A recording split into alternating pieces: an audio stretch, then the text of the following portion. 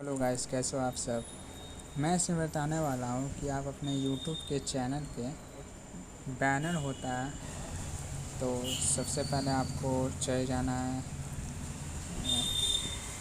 Chrome में जाने के बाद आपको यहाँ YouTube दिखा हुआ इस पर जाना है और यहाँ से डेस्कटॉप साइट को ओपन करना है, जैसे कि मेरा पहले से ओपन है डेस्कटॉप साइट में। और यहाँ पे अपने चैनल के आइकन पे क्लिक करना, योर चैनल पे चले जाना। योर चैनल पे चले जाने के बाद कस्टमाइज चैनल चले जाना, कंटिन्यू स्टूडियो में चले जाना।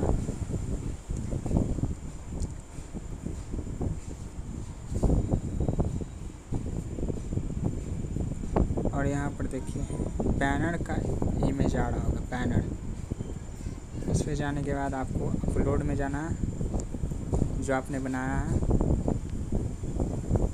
वही खुल ये मेरा वीडियो, ये इतना ही इसी के अंदर आपको दिखाएगा जो भी है। तो इसको कर लेना है डन। करने के बाद यहाँ पर पब्लिश कर देना है। पब्लिश करने के बाद ये देख सकते हैं, बैक कर देना है और व्यू चैनल डायरेक्ट पे क्लिक करना है।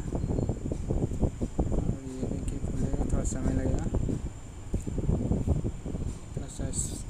ये देखिए आ गया मेरा यहाँ पर टेक्निकल केंद्र।